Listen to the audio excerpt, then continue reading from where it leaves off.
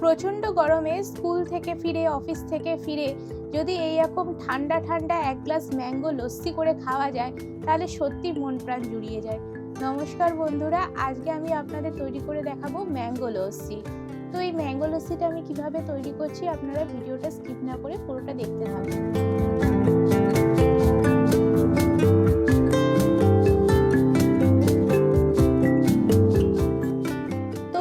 লস্যিটা তৈরি করার জন্য আমি একটা পাকা আমের খোসাটাকে ছাড়িয়ে নিয়েছি।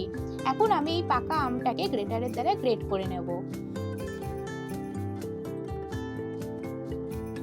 আমি এখানে আজকে কোনো মিক্সি গ্রাইন্ডারের ব্যবহার করব না, সম্পূর্ণ গ্রেটারের দ্বারা গ্রেট করে এইভাবে আজকে আমি আমের পাল্পটাকে বার করে নিচ্ছি।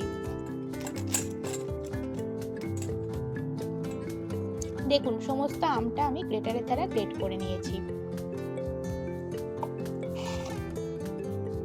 এখন আমের পাল্পটাকে একটা ছাঁকনির দ্বারা ছেঁকে নেব। আসলে এটাকে আমি ছাঁকনির দ্বারা ছেঁকে নিচ্ছি এই কারণেই, এই আমের মধ্যে যদি এই ছিপড়ে ভাবটা থাকে, এই ছিপড়ে ভাবটাকে আমি ফেলে দেবো, শুধু পাল্পটাকে আমি নিয়ে নেব।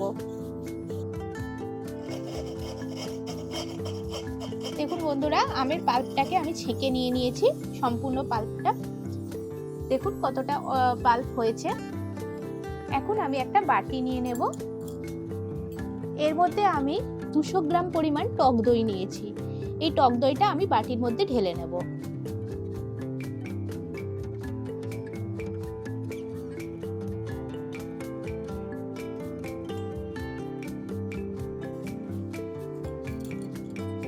এখন এই টক দইটাকে চামচে করে খুব ভালো করে ফেটিয়ে নিতে হবে।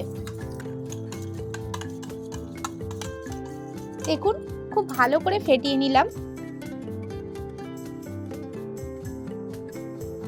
এখন এই ফেটানো দইটা এই আমের পাল্পের মধ্যে আমি দিয়ে দিচ্ছি।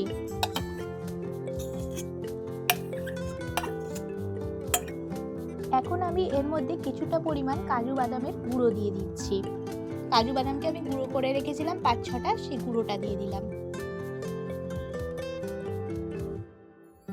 এর মধ্যে আমি স্বাদ মতো চিনি দিয়ে দেবো। এখানে 200 গ্রাম টক দই আছে, তো আপনারা যে যেমন মিষ্টি পছন্দ করেন আপনারা সেই বুঝে মিষ্টিটা দেবেন। আমি এখানে 2 টেবিল স্পুন চিনি দিচ্ছি। ভালো করে চিনিটা দই আর আমের সাথে মিশিয়ে নিচ্ছি।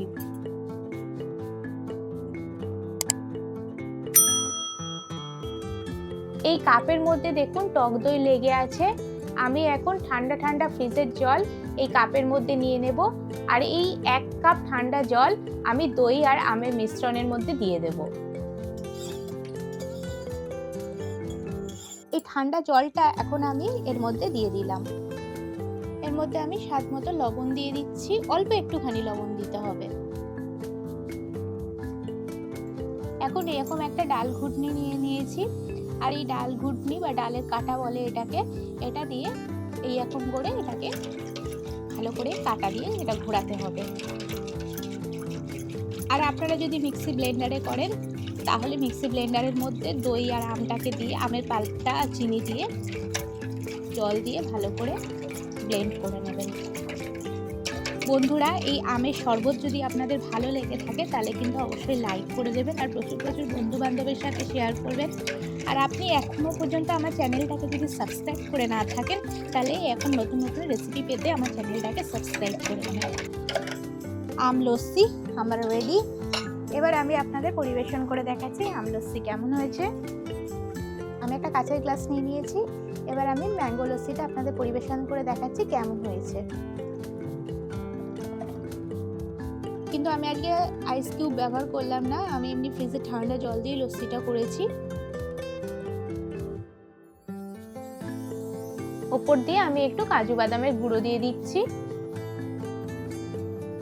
আর কিশমিশ দিয়ে দিলাম। আর আপনারা চাইলে এর মধ্যে একটু চেরি ফল দিতে পারেন, একটুখানি খোয়া ক্ষীরকে গুঁড়ো করে দিতে পারেন, তাতে খেতে ভালো লাগবে শরবতটা, দেখতেও সুন্দর লাগবে। তো আজকের মতো এইটুকুনি, ফিরে আসবো নতুন একটা রেসিপির ভিডিও নিয়ে। নমস্কার।